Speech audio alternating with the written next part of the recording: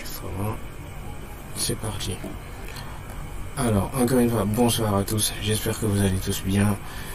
Et bienvenue aussi pour cette séance qui est dédiée à la programmation, l'algorithme et la programmation en Pascal.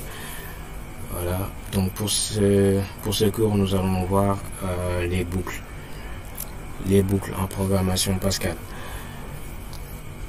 Donc je me présente, moi c'est Algo Facile. Voilà, je suis créateur de contenu je suis présent sur YouTube avec la chaîne Algo Facile, sur Instagram aussi. Si vous tapez Algo Facile, vous allez voir. Je suis aussi sur LinkedIn. Vous pouvez rechercher Seydina Ibrahim Adjan. Là-bas, je partage mes projets que j'ai déjà réalisés et d'autres choses. Ceci, c'est mon mail, le mail que j'utilise pour me joindre, bien sûr. Voilà, donc c'était ça pour ma présentation. Alors, dans ce cours-là, ce que nous allons voir, c'est quoi? Déjà, en premier, nous allons voir c'est pourquoi les boucles déjà. Nous allons voir pourquoi les boucles. Ensuite, nous allons voir la boucle for, parce que ce cours-là, il est dédié un peu spécialement à juste la boucle for, parce que je ne veux pas mettre un peu tous les boucles et que vous soyez un peu perturbé, un peu, voilà, que ce soit beaucoup d'informations que vous allez vouloir retenir. Donc c'est pourquoi j'ai juste axé ce cours-là sur la boucle for. Donc en deuxième lieu, nous allons voir la boucle for, le syntaxe de la boucle for. Ensuite, nous allons voir les cas d'utilisation de la boucle for. Quand est-ce que on doit utiliser la boucle for. Ensuite, nous allons voir des exemples pratiques. Nous allons voir quelques programmes. Voilà, faire des exercices, histoire de voir comment par la pratique utiliser la boucle for. Et en dernier lieu, nous allons faire des compilations à la main, où nous aurons des programmes déjà écrites, des bouts de code bien sûr, des bouts de programmes déjà écrites, et que nous allons devoir compiler nous-mêmes pour en donner la sortie. Voilà, donc comme dit, en premier, pourquoi les boucles? Alors, les boucles, elles nous permettent d'exécuter un bloc d'instruction plusieurs fois. En gros, c'est ça. Pour une définition une définition facile, une définition très courte, les boucles, elles nous permettent d'exécuter un bloc d'instruction plusieurs fois. Donc, pour être plus concret, je vais vous montrer quelque chose. Alors, si je viens là, j'espère que je dois zoomer un peu, ou vous pouvez aussi parfois désactiver vos micros si vous voulez faire des interventions. Donc si je dois encore zoomer, vous pouvez me dire. Alors d'abord, pourquoi les boucles?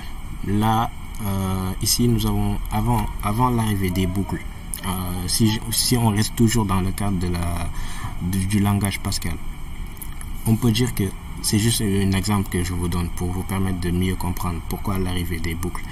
On peut dire qu'avant l'arrivée des boucles, pour faire un programme qui nous permet de, par exemple, afficher plusieurs fois bonjour, par exemple, afficher, on va dire, 5 fois bonjour, on était obligé de faire quoi? Bon, d'abord je vais faire comme ça. Programme, par exemple, affichage. Virgule. Après je viens là, je peux mettre là le début du programme. Ensuite, on a dit un programme qui permet d'afficher plusieurs fois, 5 fois bonjour. 4, 5. Donc si je fais comme ça, right hand,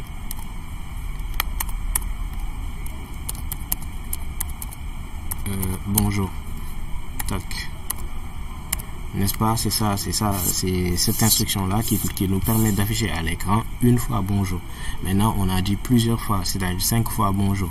Donc je suis obligé de réécrire cette même instruction là. Right again, tac,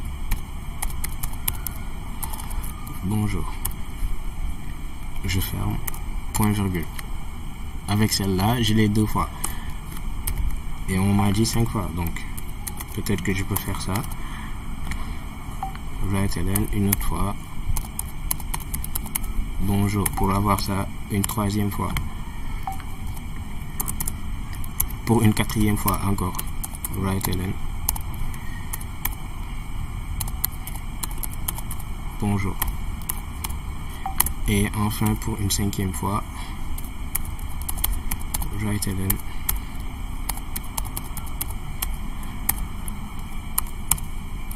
Bonjour. Et enfin écrire end pour fermer le programme. Donc vous avez vu, là ça m'a pris du temps pour faire ce tout petit truc là, ce tout petit programme là qui me permet juste d'afficher 5 fois bonjour. Et supposons par exemple, moi j'avais besoin par exemple d'afficher 30 fois bonjour. Je vais être obligé de refaire ça là 30 fois, d'être là encore à refaire write-ln bonjour, write-ln bonjour, la même instruction 30 fois. Vous voyez un peu. Donc maintenant, ça c'était avant l'arrivée des boucles. Maintenant, avec l'arrivée des boucles, ceci peut être simplifié, peut être écrit de façon beaucoup plus simple. Alors, avec l'arrivée des boucles, qu'est-ce qu'on a? Je déplace ça ici.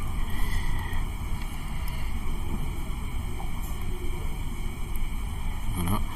Donc, avec l'arrivée des boucles, qu'est-ce qu'on a? Pour faire la même chose avec les boucles,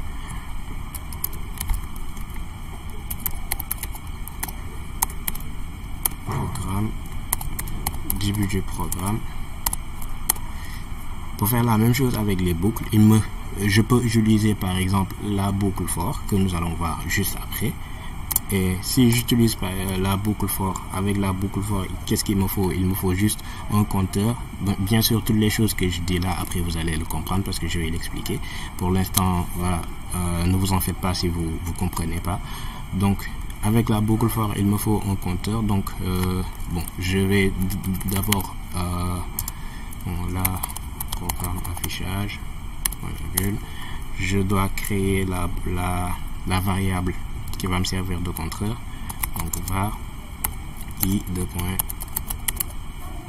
comme étant un entier. Et là, je viens là, qu'est-ce que je vais mettre là? Je vais dire pour for i, mon compteur, 2 points égale, reçoit la valeur de 1 jusqu'à 5 faire. Qu'est-ce qu'il va faire? Je vais lui demander de faire quoi? De faire juste un write-ln, tac, bonjour.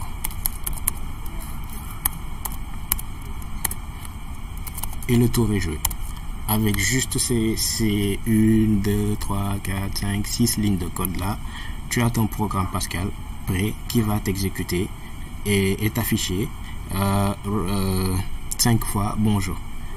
Alors que ça c'est avec l'arrivée des boucles. Alors qu'avant les boucles, pour faire cela, il fallait faire toutes ces lignes de code là. 1, 2, 3, 4, 5, 6, 7, 8 lignes de code. Donc vous voyez un peu la différence. Donc en gros, pour faire très simple, pour expliquer de façon simple, voilà pourquoi les boucles ont été créées. Donc ils ont été créés pour faciliter la vie aux développeurs, parce que les développeurs, voilà, c'est des gens paresseux entre guillemets. Ils aiment pas la difficulté, ils aiment trop la facilité.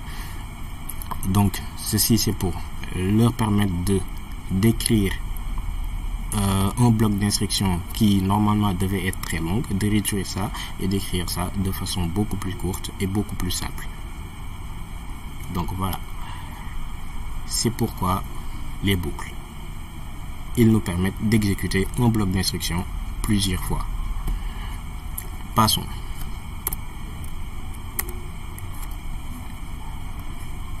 Alors, comme dit tantôt, nous allons voir la boucle for.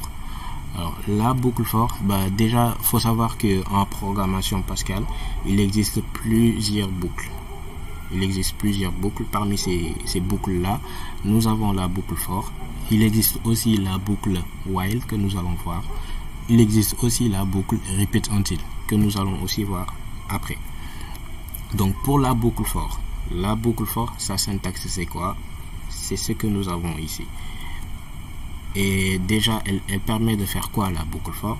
la boucle for nous permet d'exécuter un code, un nombre défini de fois en utilisant un compteur.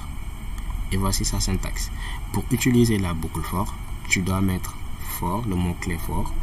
Ensuite, espace, tu mets le compteur. Le compteur là, c'est juste une variable que tu vas déclarer, que tu vas utiliser, qui va te permettre de faire des itérations, c'est-à-dire d'aller d'une étape à une autre.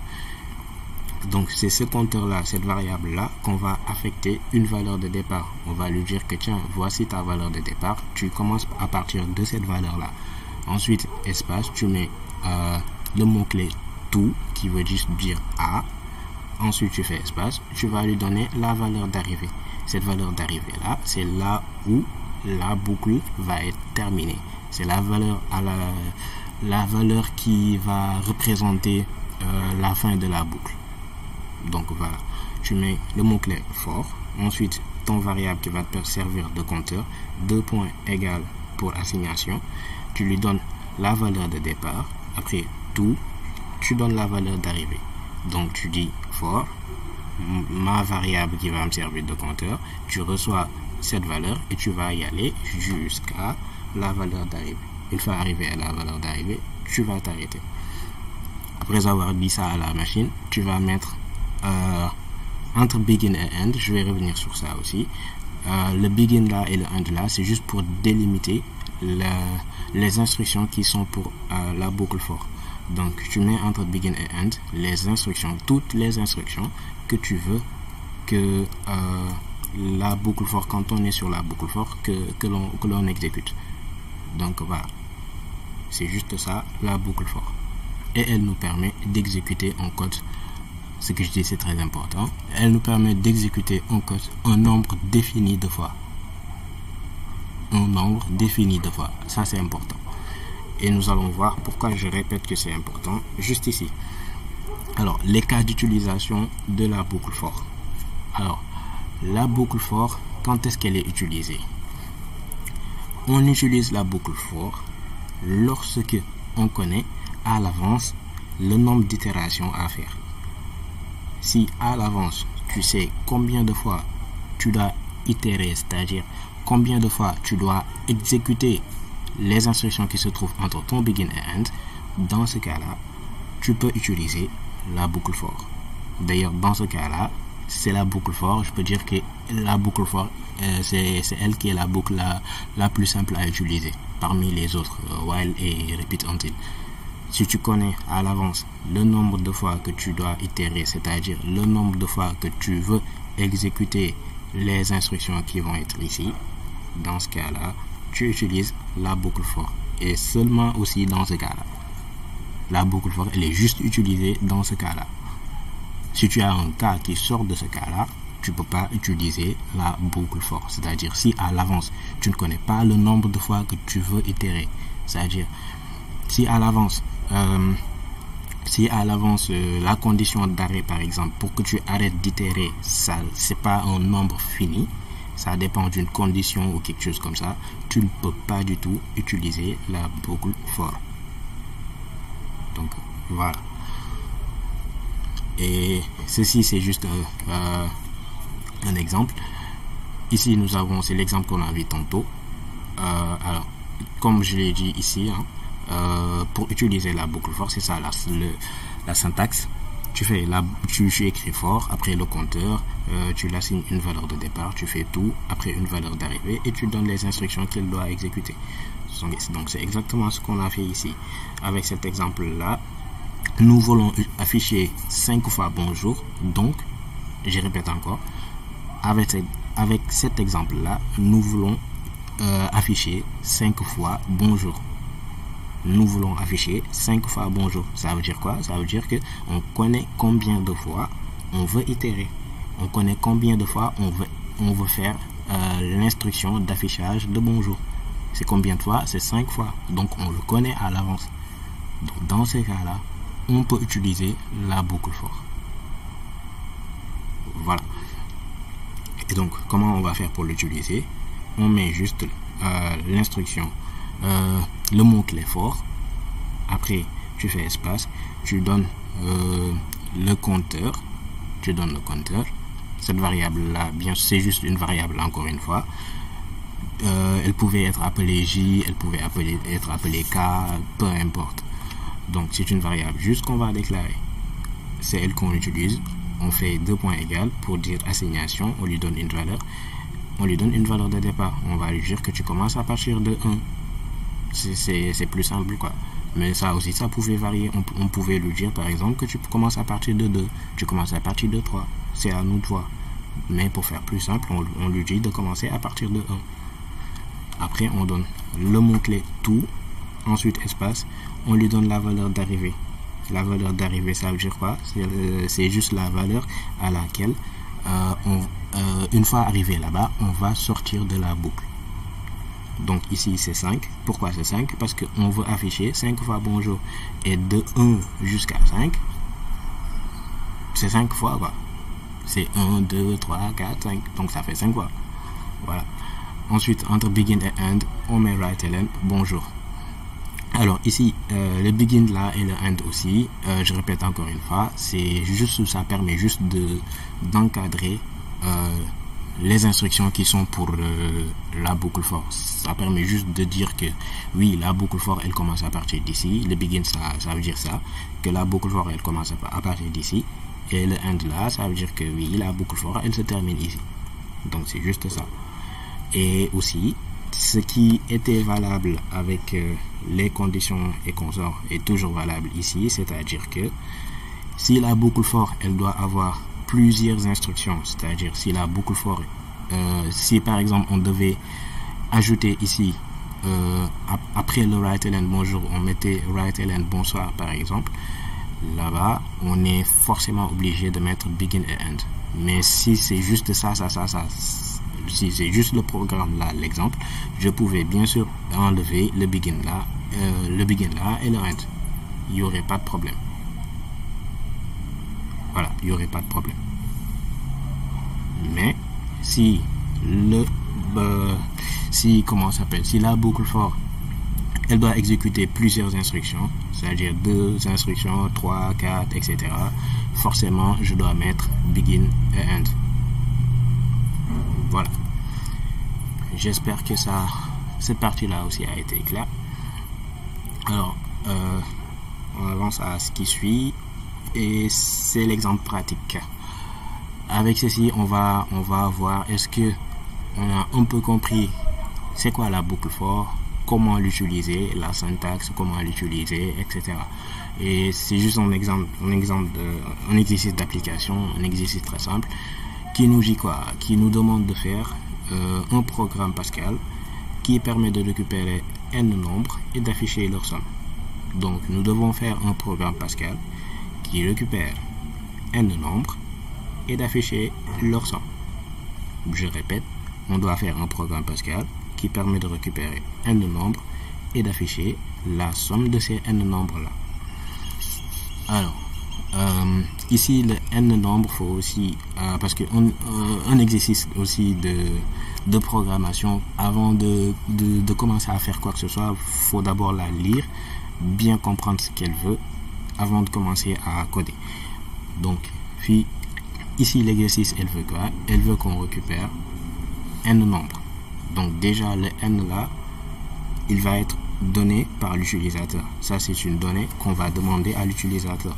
On va demander à l'utilisateur, c'est-à-dire dans notre code, on va dire à l'utilisateur qui va utiliser notre programme, on va lui dire combien de nombres tu veux donner.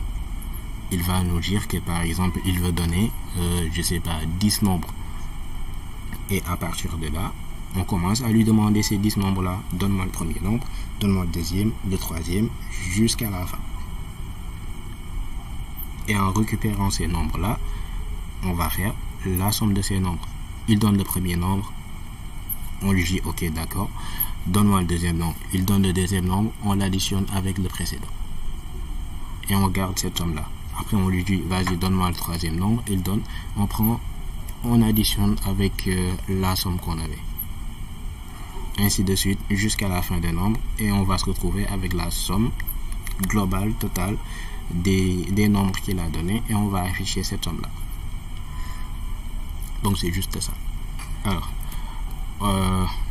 j'espère que je vais encore relire, après on passe à on va aller à la mise en place de ce programme.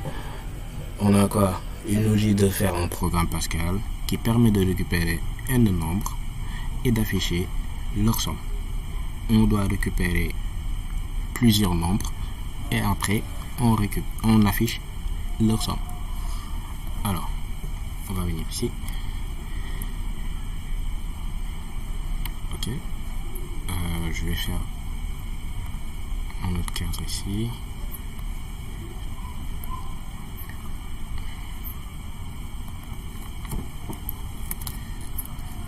Je fais comme ça. Correction. Exactement. Voilà. Et là, je vais mettre exercice pratique, je pense.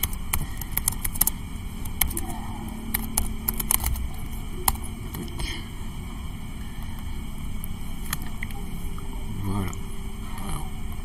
Je sais pas ce qu'on fait. Donc, alors, qu'est-ce qu'on va faire en premier? Bon, déjà, peut-être que je vais, voilà, je pense que je vais modifier un peu la police parce que pour écrire du code, pour que ce soit encore plus lisible. Donc, on doit faire le programme. Donc, on commence par programme. On peut mettre par exemple ISO 1, point virgule. Ensuite, on vient là pour la déclaration des variables. On va bon, peut-être pour l'instant je vais sauter ça, après on revient là-dessus pour vous permettre de mieux comprendre. Avant de déclarer des variables, après vous aurez peut-être pas pourquoi j'ai déclaré telle ou telle variable, etc. Donc je viens là, début du programme, et qu'est-ce que nous allons faire en premier? En premier, qu'est-ce que nous allons faire? Bon, peut-être je vais faire ça, après je vais vous permettre de, voilà, toc, je reviens là.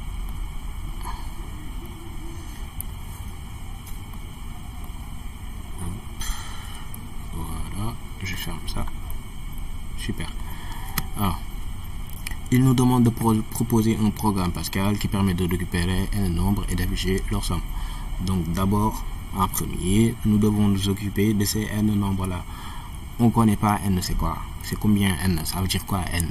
Donc ce n là, on doit le demander à l'utilisateur. On s'occupe d'abord de ça. Alors, on vient là, on va faire quoi? On va faire un write-ln pour afficher à l'écran et dire à l'utilisateur veuillez je sais pas, veuillez entrer n par exemple.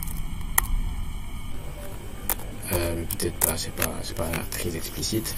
On va lui dire veuillez, bon, parce que je voulais pas faire quelque chose de long, veuillez donner le nombre. Je vais me récupérer un nombre.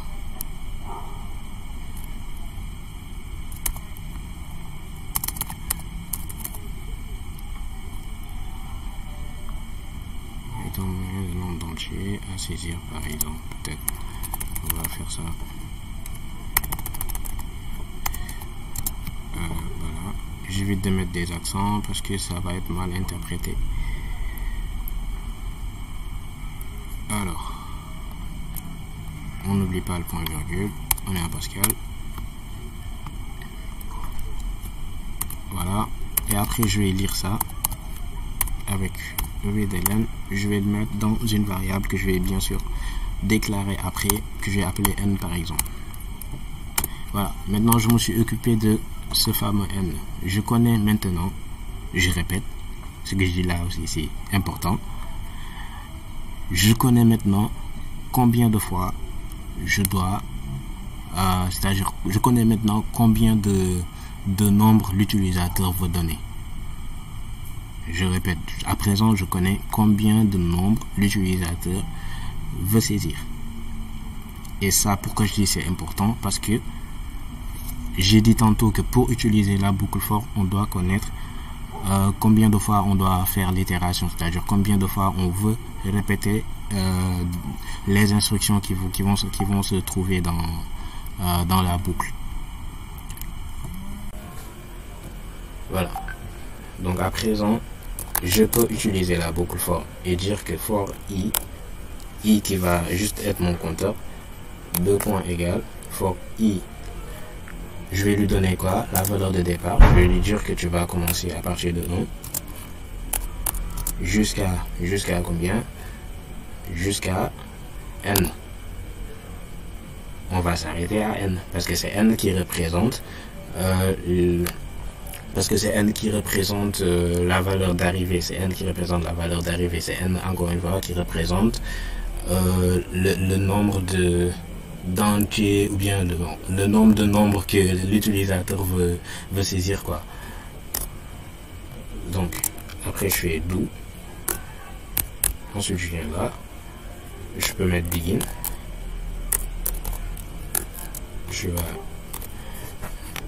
et à présent qu'est-ce que je vais faire? Je vais faire mon write-ln pour dire à l'utilisateur veuillez saisir par exemple un entier.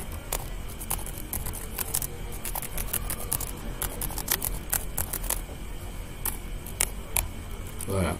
Et cet entier là qu'il va saisir, moi je vais juste le récupérer avec readln. Je récupère ça dans par exemple une variable que j'appelle a par exemple. C'est juste son nom. Voilà. Je récupère cet entier qui va me donner. Et maintenant, qu'est-ce que je vais faire? Je vais dire somme reçoit la valeur de somme, la valeur de somme plus l'entier que je viens de récupérer qui est A. Voilà. Et dans ce cas-là aussi, j'avais oublié un truc. Avant d'entrer dans la boucle, je dois dire que somme, ma variable somme, est égale à 0. Et voilà. Ici, qu'est-ce que je viens de faire? Alors, ici, qu'est-ce que je viens de faire? J'ai dit que bon, je recommence à partir du début. J'ai d'abord affiché à l'écran pour dire à l'utilisateur de me donner le nombre d'entiers qu'il veut saisir. C'est ça le n, le fameux n.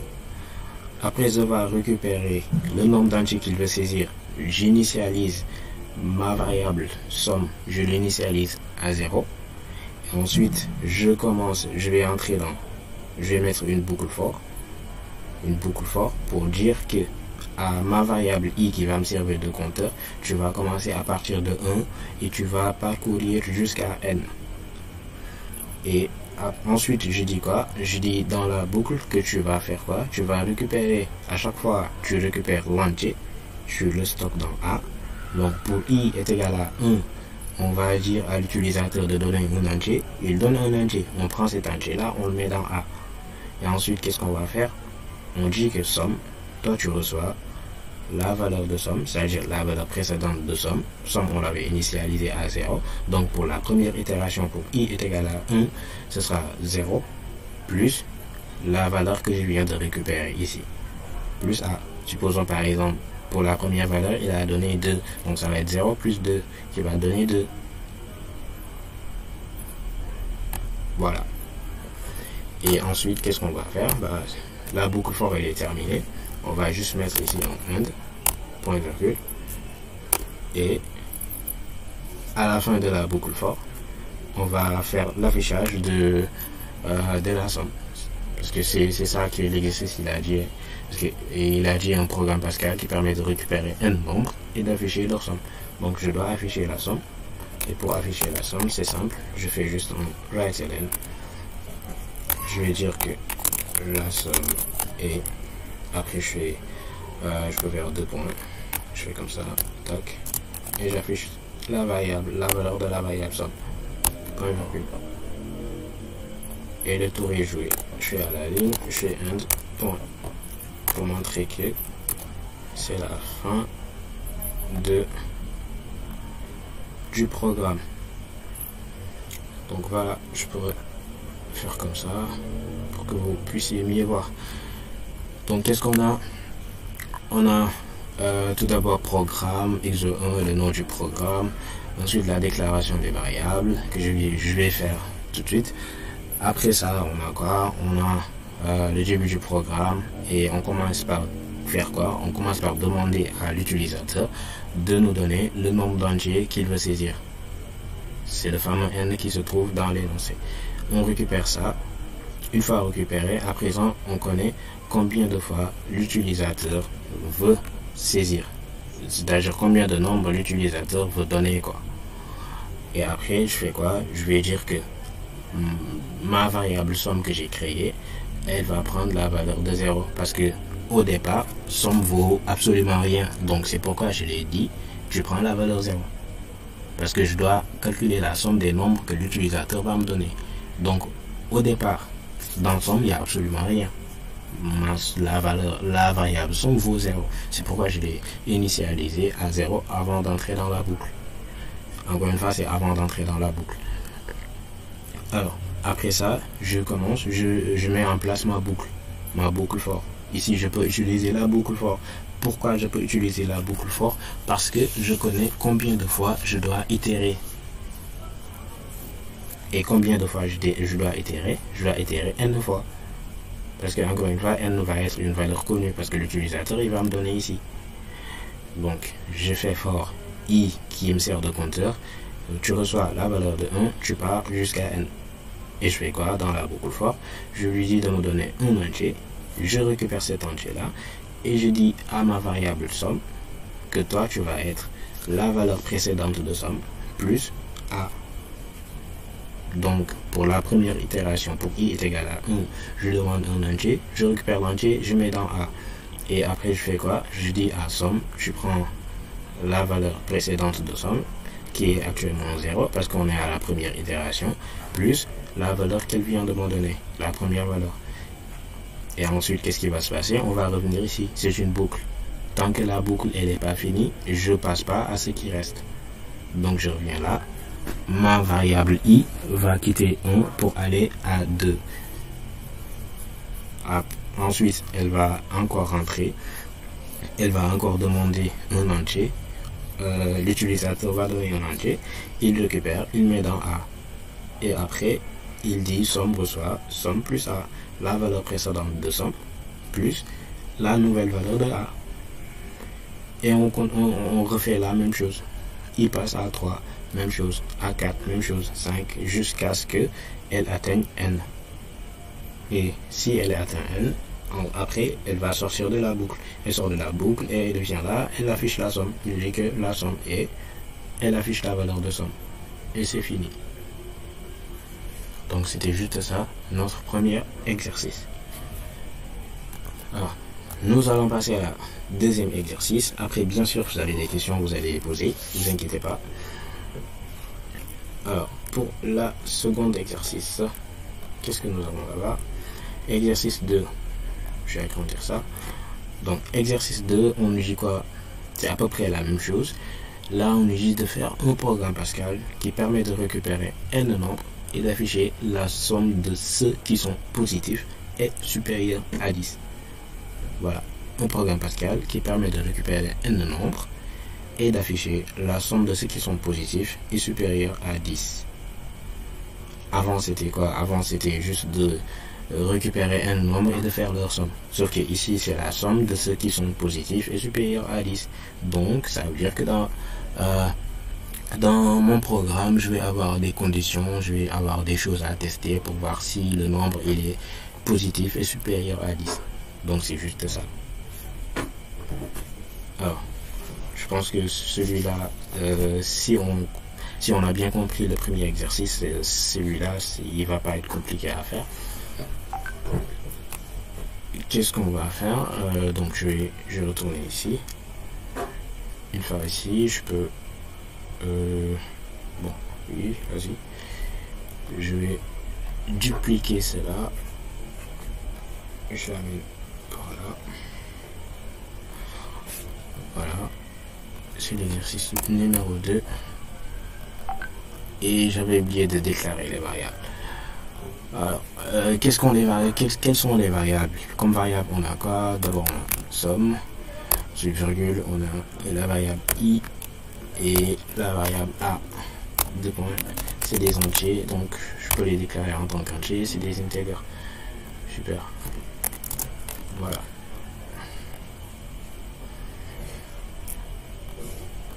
Alors, là je vais tout effacer, on va recommencer. Donc on recommence toujours un programme Pascal, ça commence par programme, ensuite le nom du programme, point virgule. Ensuite à la ligne, la partie déclarative, là où on déclare les variables. Je vais sauter ça pour l'instant. Après, begin qui représente le début du programme. Et là, toujours comme on avait fait avec l'exercice précédent, on demande à l'utilisateur de nous donner n, la valeur de n, c'est-à-dire combien d'entiers il veut fournir, il veut rentrer. Donc, qu'est-ce qu'on va faire? On va faire en n pour dire, veuillez saisir ce mot d'entier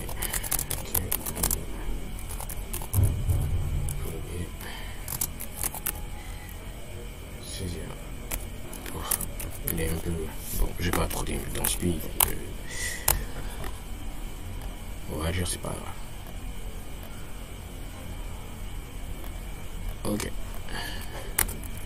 Et ce nombre là, je vais juste le récupérer dans une variable que je vais nommer A, non, je vais nommer N comme tout à l'heure.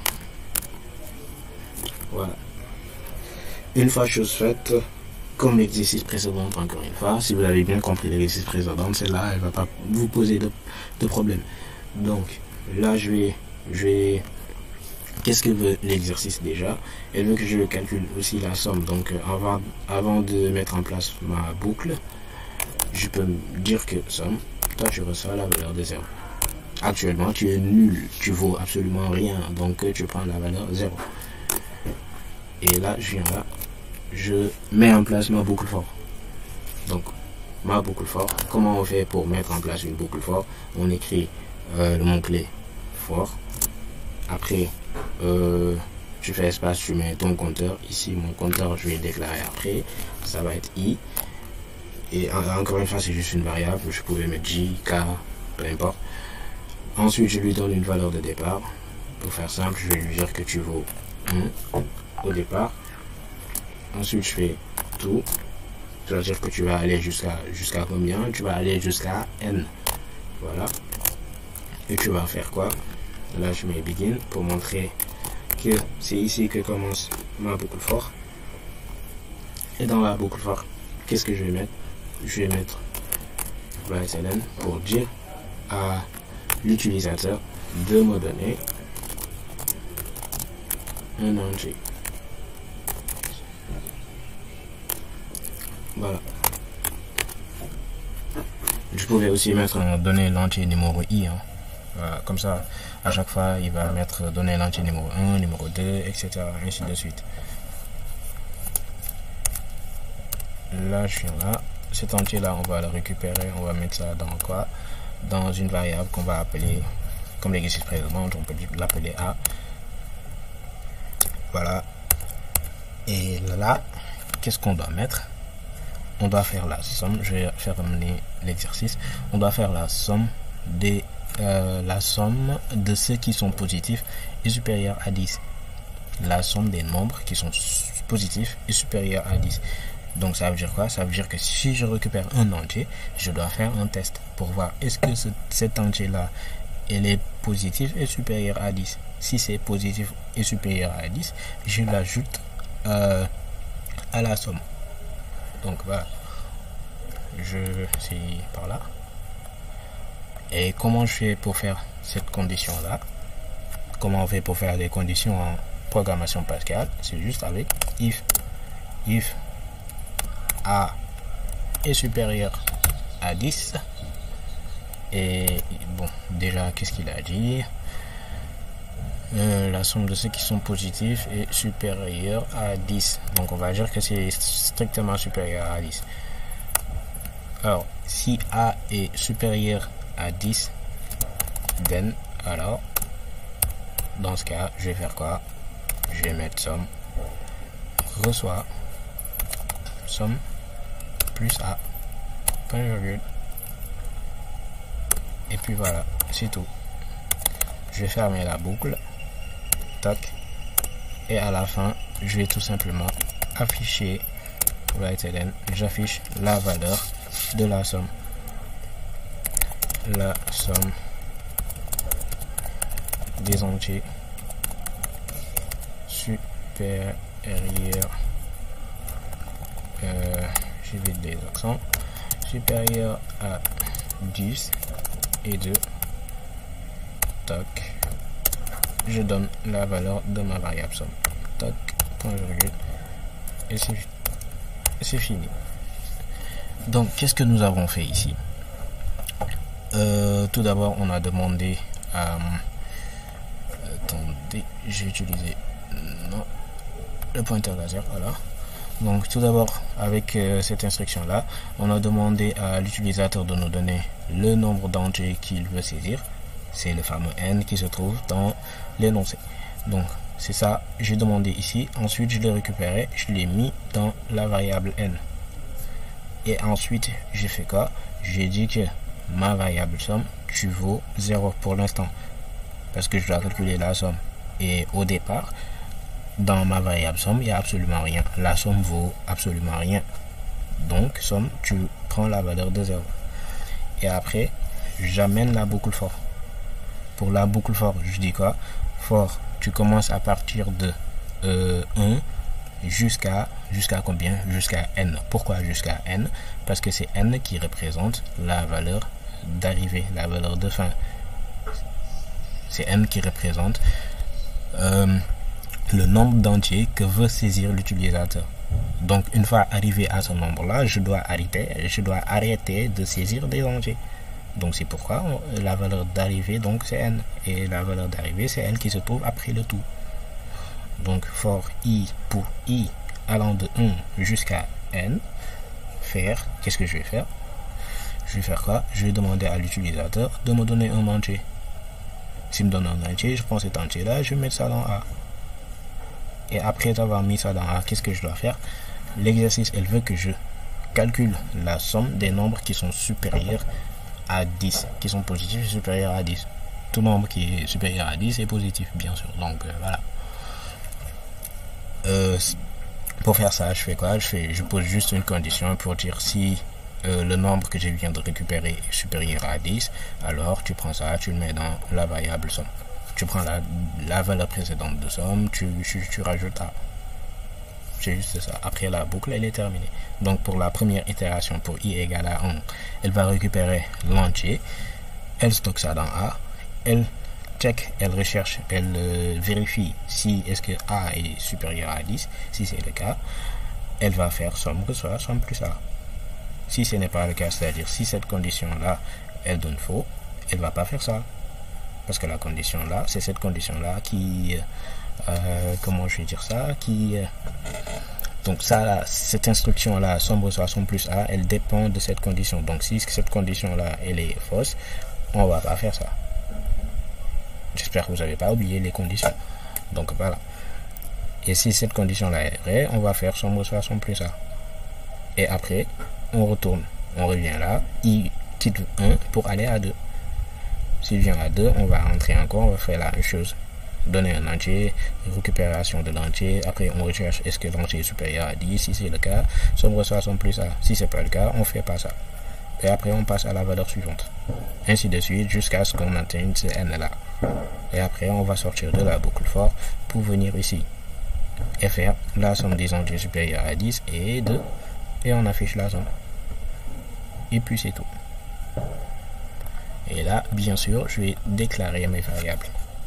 Mes variables qui sont juste somme, i, a, et quoi d'autre? C'est tout. Donc, 2 points, c'est des entiers integer. Voilà. Donc, c'était juste ça pour l'exercice numéro 2. Encore une fois, après vous aurez le temps de poser vos questions.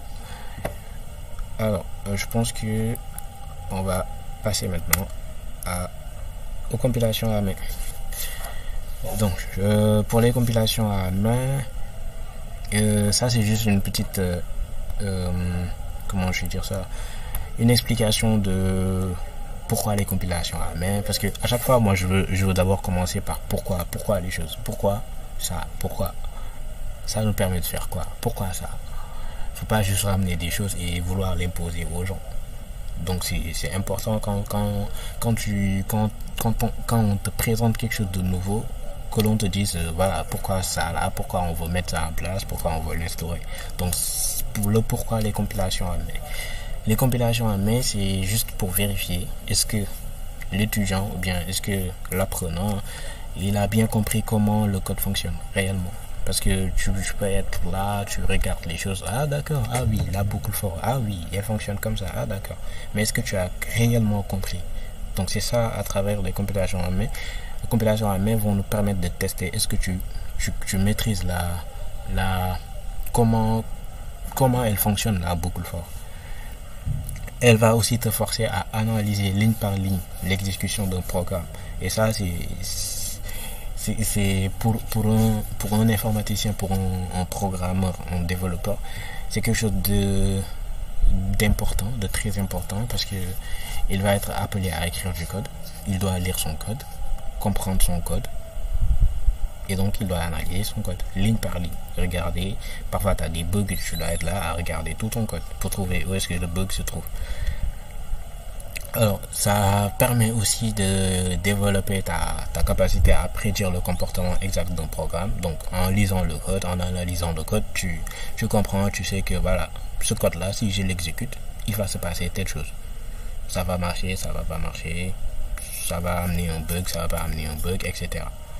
Donc, en gros, en quelques mots, ça permet de comprendre la logique et le flux d'instructions, d'exécution. De savoir ce qui produit exactement concrètement le code et d'apprendre aussi à jouer l'ordinateur, parce que ça, ce qu'on va faire là, c'est le rôle de l'ordinateur quoi. Donc on va se mettre à la place de l'ordinateur et faire le travail de l'ordinateur, de la machine, du compilateur. Donc on y va, let's go. On va faire l'ordinateur, on va jouer à l'ordinateur. Donc là nous avons le premier programme. Le premier programme qui dit quoi? Alors, qui nous dit, qui nous présente une boucle for avec comme compteur i qui commence de 1 jusqu'à 5 et qui demande de faire quoi? Qui demande de faire write-ln vacances. Ok. Après, nous avons un autre boucle for qui, lui, avec comme compteur j et qui a comme valeur de départ 1 jusqu'à 2 comme valeur d'arrivée. Et qui nous demande de faire quoi? D'afficher à l'écran programmation et d'afficher aussi à l'écran cours. D'accord. Ok. Alors, quand on a en face de nous ce genre d'exercice, ce genre de problème, d'abord qu'est-ce qu'on doit faire en premier? On doit délimiter les choses. Regarder chaque bloc d'instruction, où est-ce qu'il commence, où est-ce que ça se termine, pour savoir, voilà, c'est qui commence où, c'est qui voilà, ça appartient à qui, ça appartient à, voilà, ça se trouve où, etc. Donc, peut-être que je vais, non, attendez, bien sûr je peux copier ça, et on retourne à notre brouillon, Excalidraw. Je fais ça, voilà. Je le colle ici, super. Et donc, je peux agrandir ça. Et comme je disais tantôt, on va délimiter les choses. Donc la boucle for, là, elle n'a pas de begin et end. Ça veut dire que elle a juste une seule instruction qui est le write-ln vacances. Cette boucle, elle n'a pas de begin et end. Begin et end, c'est ce qui permet de délimiter pour dire que la boucle for là, elle commence ici, elle s'arrête là. Et ça, si ça n'existe pas, ça veut juste dire que la boucle for, elle a une seule instruction et c'est l'instruction qui suit. Et ici, l'instruction qui suit, c'est cette instruction là, write-ln vacances. Super. Alors, La deuxième boucle for, elle a un begin. D'accord. Et vu qu'elle a un begin, ça veut dire quoi? Ça veut tout simplement dire que cette boucle for là, peut-être je vais faire comme ça, cette boucle for là, elle va jusqu'à ici. Elle va jusque là. Donc pour la première boucle for, elle n'a pas de begin et end. Donc ça veut dire quoi? Ça veut dire que elle commande juste cette instruction là, write-ln vacances, et cette boucle for là avec comme compteur j, elle a begin et end. Ça veut dire quoi? Ça veut dire que ce qui se trouve dans begin et end, tout ce qui se trouve là-dedans là, c'est pour lui. Super. Maintenant qu'on sait ça, on peut passer à l'exécution. Alors, pour l'exécution, qu'est-ce qu'on va avoir? Qu'est-ce qu'on aura comme résultat? Je fais comme ça. Je pense... Non, je pourrais pas l'écrire là-bas. Bon, voilà, je vais l'écrire en bas. Je fais comme ça. Résultat.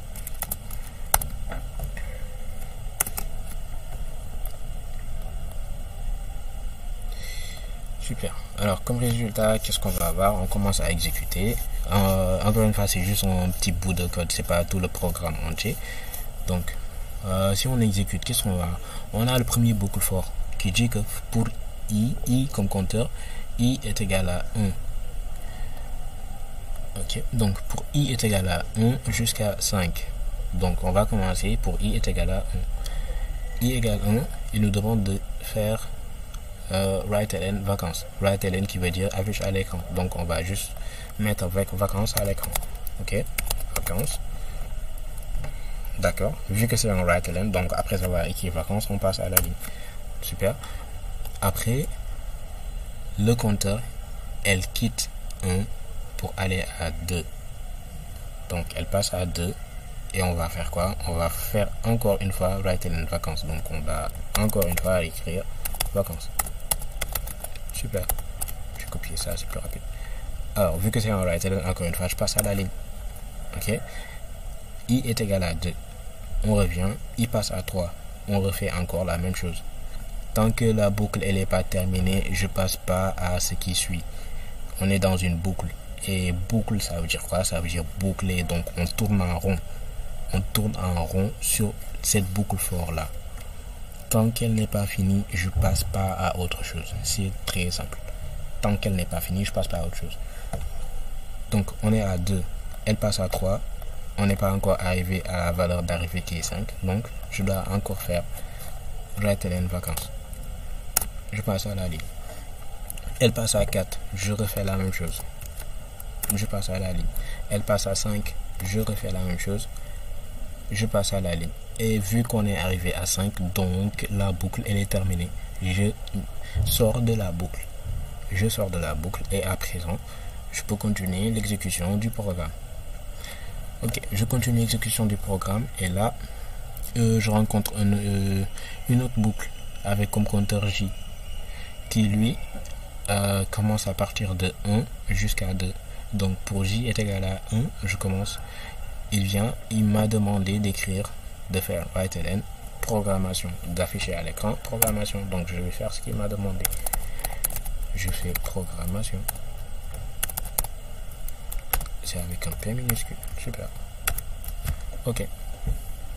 Et après je fais quoi? Je passe à l'instruction qui suit.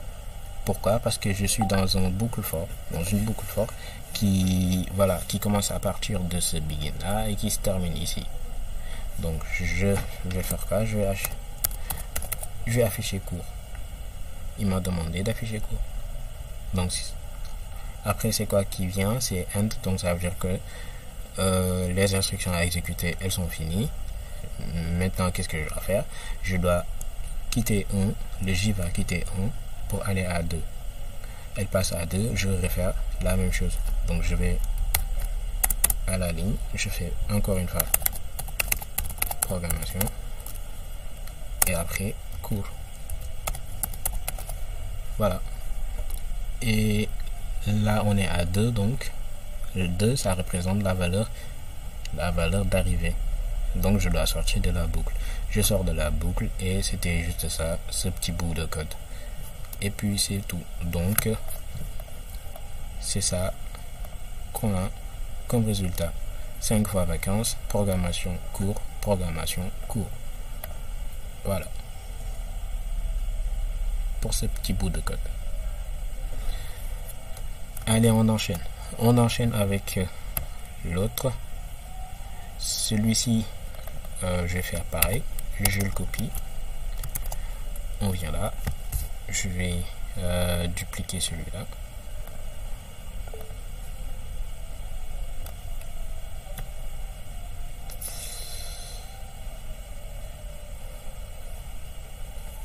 Il me semble qu'il y a des gens qui ont levé la main. Après, vous pouvez écrire votre question pour pas l'oublier si vous avez une question ou quelque chose comme ça. Après, on revient aux questions. Je ne veux pas interrompre les choses à cause aussi de l'enregistrement. Alors, je tac. Voilà. Donc, ça pour l'instant, j'élimine. Ok. Donc, qu'est-ce qu'on avait dit? Que si on a un bout de code que l'on doit compiler, qu'est-ce qu'on doit faire? En premier, on doit d'abord délimiter les choses pour savoir chaque chose, ça commence où, ça s'arrête où, etc. Donc ici, qu'est-ce qu'on a? On a une première boucle for avec un compteur J qui, on voit juste après qu'il y a un begin. Donc ça veut dire que cette boucle for là, elle commence à partir d'ici. Ok. Donc je vais mettre encore ça, qui va me permettre de délimiter. Donc la boucle for, elle commence à partir de là-bas et à ce qui paraît, elle vient jusque là. Tac, je vais faire ça. Voilà. Donc la boucle for là, elle commence à partir d'ici et vient jusqu'à la fin. Ok. Et qu'est-ce que j'ai à l'intérieur? À l'intérieur, je vois que j'ai une autre boucle for. Intéressant. Donc c'est ça qu'on appelle les boucles imbriquées. C'est tu as une boucle et à l'intérieur de ce boucle, tu as une autre boucle. Et nous avons délimité celle-là aussi. On voit que lui aussi il a un begin et il vient jusque là. C'est bien. Ok. Alors, on a fait le petit travail de délimitation. Maintenant, on peut commencer à exécuter le petit bout de code. Qu'est-ce que nous avons? On a une boucle for avec comme compteur i. I qui commence à partir de 1 et qui doit aller jusqu'à 5. Donc, on commence par la valeur 1, qui est la valeur de départ. Donc, pour i est égal à 1, je rentre. Ok, je rentre et je trouve une autre boucle. Mais, souvenez-vous, un peu plus tôt, j'avais dit que une boucle, quand on est sur une boucle, on doit l'exécuter jusque cette boucle là où je suis, jusqu'à comment je peux dire ça, jusqu'à ce qu'elle soit finie. Voilà. Tant qu'elle n'est pas finie, je ne dois pas sortir de la boucle. Donc si je commence là, pour i est égal à 1, je rentre, je trouve une autre boucle. Ok, je viens là aussi, il m'a dit comme compteur, il a dit que c'est j. D'accord, je dis ok, j est égal à 1. D'accord, j égale 1. Maintenant, je viens, il me demande de faire quoi? D'exécuter d'exécuter cette instruction, la write-ln programmation. Donc, ok, qu'est-ce qu'on va avoir? Je vais supprimer tout ça. Vas-y, toi. Ok, donc, qu'est-ce qu'on va avoir? On va avoir programmation. D'accord. Et après, on va aussi avoir cours. D'accord. Et à ce moment-là, c'est un end qui vient après. Ça veut dire que les instructions à exécuter sont terminées. Mais est-ce que la boucle, elle est finie? Parce que quand je suis dans une boucle, tant qu'elle n'est pas finie, je ne sors pas de la boucle. Donc là, je suis dans cette boucle-là. Et est-ce qu'elle est finie? Non, elle n'est pas encore finie. Parce que je suis à j est égal à 1. Donc, elle passe à j égale 2. Elle passe à j égale 2, je vais refaire la même chose. Je vais refaire write-ln programmation et write-ln cours. Donc, je viens là. Programmation et cours. Ok, c'est un end. Ça veut dire que les instructions sont terminées. Maintenant, est-ce que, encore une fois, je me pose la question, est-ce que la boucle, elle est terminée? Oui, elle est terminée, elle est finie. Pourquoi? Parce que je suis arrivé à la valeur d'arrivée. Donc, je dois sortir de la boucle. Ok, je sors de la boucle. Je rencontre un end. Le end là, c'était pour le premier, cette boucle là, la boucle for avec comme compteur la variable i. Donc ça veut dire quoi ça aussi? Ça veut dire que les instructions pour cette boucle là sont terminées. Maintenant, est-ce que la boucle là, elle est finie? Non, parce que je suis à i est égal à 1. Donc je dois revenir là pour que i il passe à 2 et que je rentre encore, je refais la même chose. Donc pour i est égal à 2, je vais revenir. Je reviens, je refais exactement la même chose. Je reviens, il me dit pour j est égal à 1. Je dis ok. J égale 1. Je reviens là, je fais programmation court. Donc c'est ça. Programmation à la ligne court. Ok, après je viens là, c'est un end. Ça veut dire que les instructions sont terminées. Mais est-ce que la boucle J, elle est finie? Non, elle n'est pas encore terminée. Parce que je suis à J égale 1. Donc, je dois passer à J égale 2 et réexécuter ces deux instructions. Donc, je fais ça.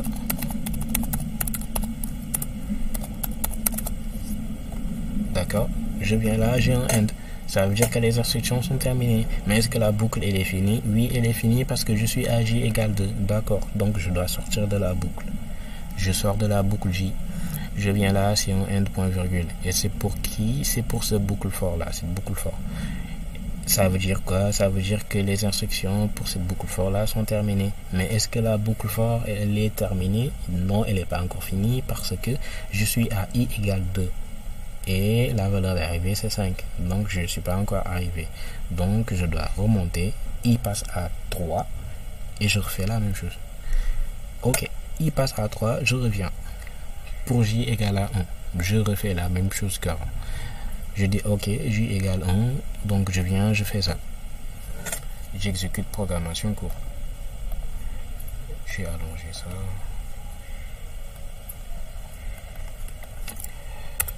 Voilà.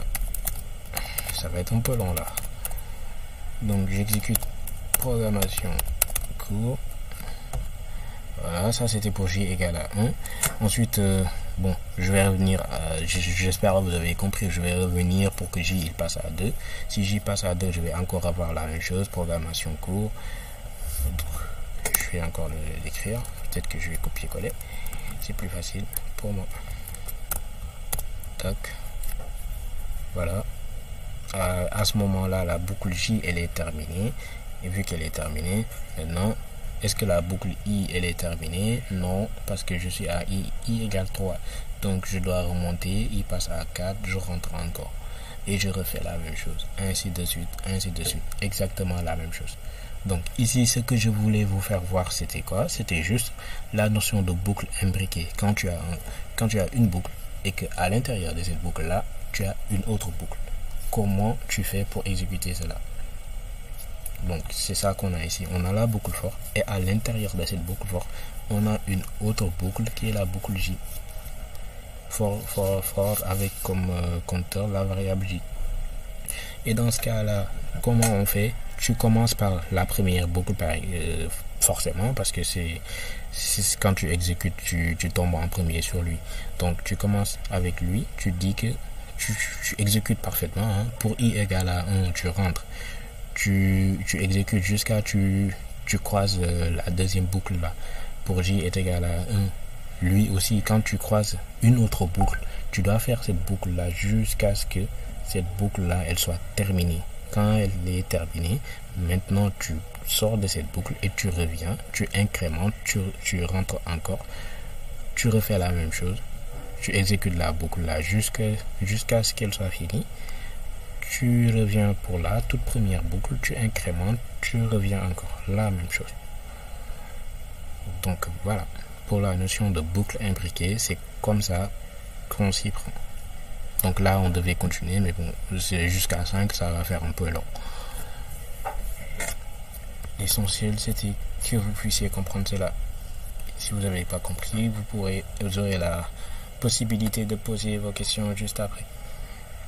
Donc, je pense que c'est la même diapositive. Donc, super. Alors, merci de votre attention encore une fois. C'était ça que je voulais vous montrer pour aujourd'hui concernant la boucle for, son utilisation, comment on fait pour l'utiliser, comment on fait pour l'utiliser pour des programmes quand on a des compilations à la main, comment on doit faire pour faire les compilations à la main, le résultat, qu'est-ce que ça va donner, la notion de boucle imbriquée, c'est quoi, comment on fait pour comprendre toutes ces notions là parce qu'elles sont importantes. Voilà, donc merci beaucoup. Je vais arrêter l'enregistrement.